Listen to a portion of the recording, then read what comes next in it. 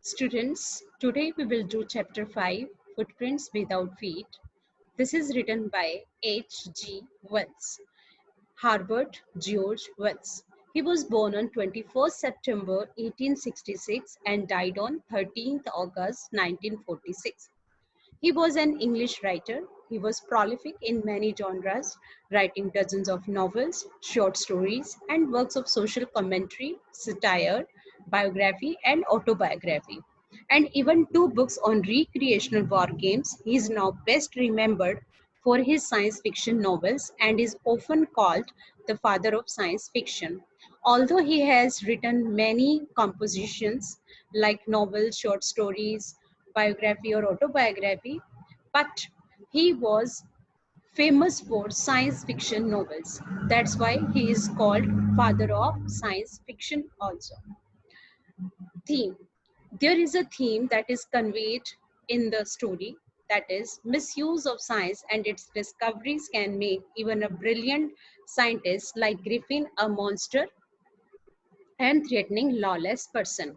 As in the story, Griffin, instead of using his discovery about being invisible for the welfare of society, he uses it to threaten or trouble the people.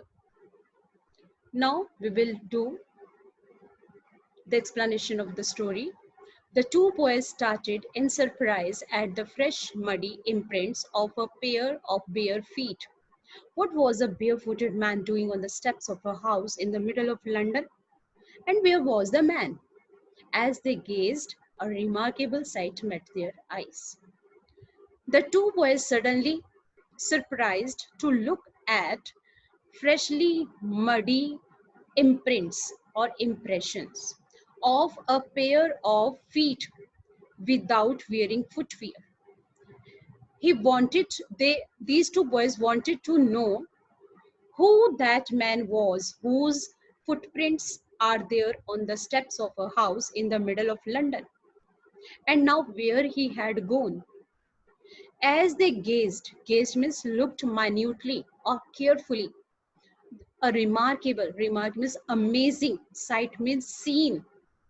When they looked at this remarkable scene, they were curious to know who this man was. A fresh mark appeared from nowhere. The foot marks or the prints, they were freshly made and they belonged to a person who was not visible. Further footprints followed one after another, descending the steps and progressing down the street. They, these footprints were following one after another and then started coming down the steps and continued till they reached the street. The boys started following these footprints. They were fascinated. Fascinated means attracted until the muddy impressions became fainter and fainter and at last disappeared altogether. These two boys followed these footprints until they got fainter, means lighter, and became completely invisible. The explanation of the mystery means secret, was really simple enough. The secret of this explanation was not difficult for them to understand. The bewildered means puzzled, confused boys had been following a scientist who had just discovered how to make the human body transparent. Now they understood everything. They understood that these footprints belonged to a scientist whose name was Griffin, who had just discovered that how a human body can be made transparent. Griffin, the scientist, had carried out an experiment after experiment to prove that the human body could become invisible. Griffin is the scientist who performed many experiments, one after another, to prove that the human body could become invisible. Finally, he swallowed certain rare drugs and his body became transparent as a sheet of glass. Through it also remained as solid as glass. Ultimately, he swallowed. Swallowed means he had eaten up or ate up certain kind of drug, or you can say the medicine, and his body became as transparent. Transparent means clear, just like a sheet of a glass, though his body was as hard as a glass. Brilliant scientist though he was, Griffin was rather a lawless person. Although the scientist, Mr. Griffin, was very brilliant, but on the contrary, he was a lawless person. Lawless person means a person who does not follow the rules or regulations made by the society or the law. His landlord disliked him and tried to eject. Eject means remove him. In revenge, Griffin set fire to the house. To get away without being seen, he had to remove his clothes. Thus, it was that he became a homeless wanderer, without clothes, without money, and quite invisible, until he happened to step in some mud and left footprints as he walked. Actually, what happened? His landlord, he would not like him and wanted him to leave his house. He wanted to throw him out of his house. That's why Griffin wanted to take revenge of him and he set fire to his house. Means he burnt the house of the landlord. And now he wanted to escape from there without being caught. So what he did, he thought of being invisible. And to do and to become invisible, what did he do? He removed his clothes. Thus it was that he became a homeless wanderer. When he burnt the house of the landlord where he used to live, now he had to come in the street. Now he was homeless. He was not having any home and he became a wanderer. Wanderer means a person who travels here and there aimlessly. And now he was without clothes, without money, and quite invisible, until he happened to step in some mud and left footprints as he walked. Now he happened to, means he stepped in some mud, and when he put his feet on the other uh, area, and they leave some footprints, and this is the way that he was leaving impression of his feet. He escaped easily enough from the boys who followed his footprints in London. Now he was able to escape himself from the boys who were following him in London. But his adventures means his stunts, his mischievousness that he was doing, were by no means over. Means whatever the stunts he was doing, not over. They were not over at all. He had chosen a bad time of the year to wander about London without clothes. Actually, he did a mistake. What is it? He has chosen the wrong time to come in London. This was the midwinter, and he was without clothes, because if he had worn the clothes, then he would become visible and it was easy for the people to catch him. The air was bitterly cold, and he could not do without clothes. The cool air was blowing, and it was extremely cold, and it was difficult for him to cope up with this winter without clothes. Instead of walking about the streets, he decided to slip into a big London store for warmth. Now, instead of walking about the streets, now he decided to move into a big London store for warmth. When he reached in the London store, it was closing time. And as soon as the doors were shut, Griffin was able to give himself the pleasure of clothing and feeding himself without regard to expense. He broke open boxes and wrappers and fitted himself out with warm clothes. Now, anyhow, he was able to slip into the London store. It was closing time, and the assistant of that store, they shut the door, and Griffin managed to get inside the store. Now the assistants had gone and he was inside the London store. He managed to give himself the pleasure of clothing and feeding. He get clothes and feed, and without caring to expense. He did not care to how expensive the food and the clothes were. He just took them. He broke open the boxes and wrappers and fitted himself out with warm clothes. He opened the boxes forcefully and opened the wrapped warm clothes and fitted himself out. Means he wore those clothes. Soon with shoes and overcoat and a wide brimmed edged hat, he became a fully dressed and a visible person.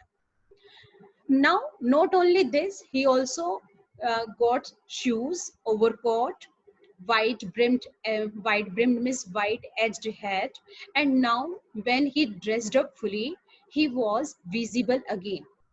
In the kitchen of restaurant, he found cold meat and coffee, and he followed up the meal with sweets and wine taken from the grocery store.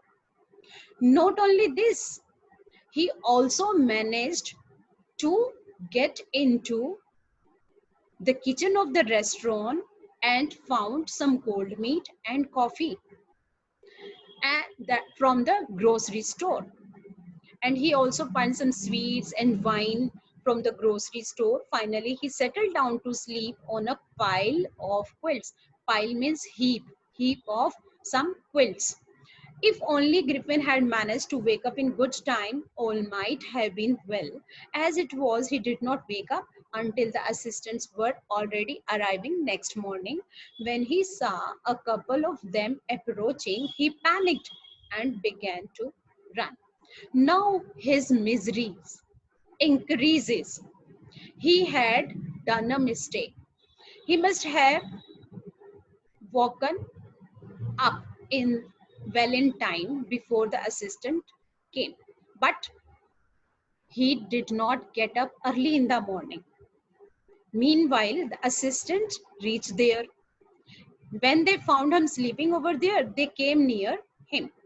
And when Griffin saw that they are standing near him, he scared and he tried to run from there. They naturally gave chase. Who are they here? The assistant. They started following him. In the end, he was able to escape only by quickly taking off his newly found clothes.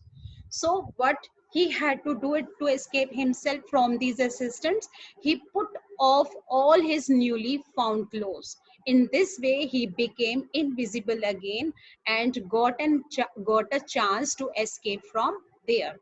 So once more he found himself invisible but naked in the chill January air.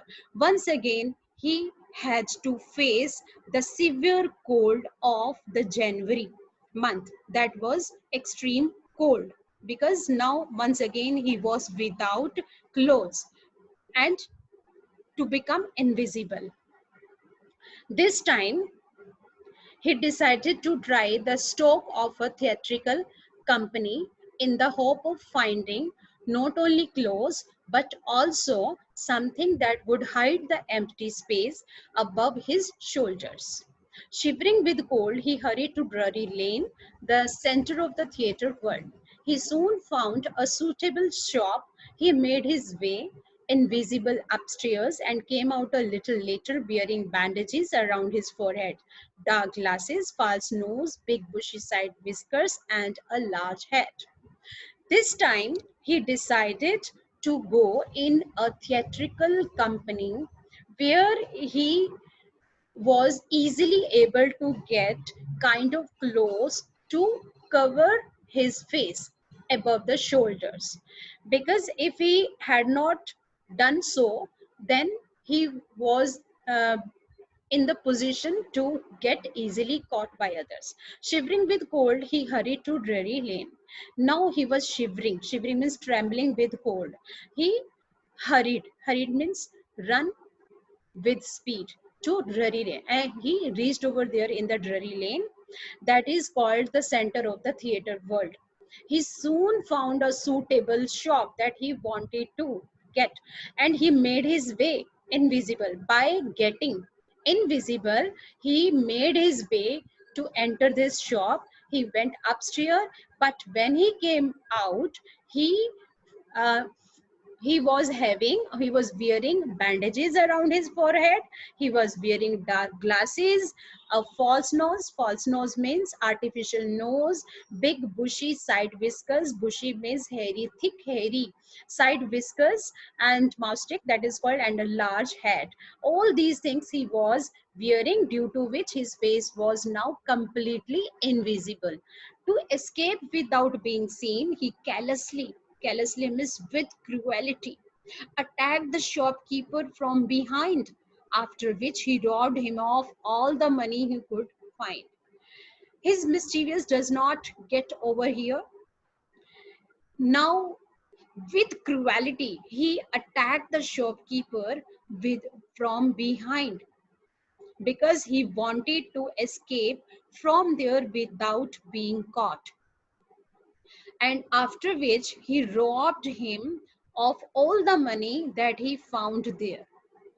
Eager means impatient. Now he was impatient to get away from the crowded London. He took a train to the village of Iping, where he booked 2 rooms at the local inn. Inn means guest house. He wanted to leave the crowded London and wanted to get shelter uh, in the village of Iping. That's why he took a train to the village of Iping, where he had already booked 2 rooms in a guest house.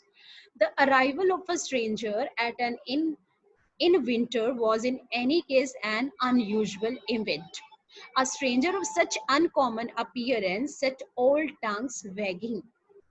Now, all the people at the guest house were very much surprised at the appearance of the stranger. Why? He was looking he was looking very much strange. What makes him look like a strange person? Just as you know that he was wearing bandages around his forehead, a false nose, the dark glasses, all this gives them some sort of doubt.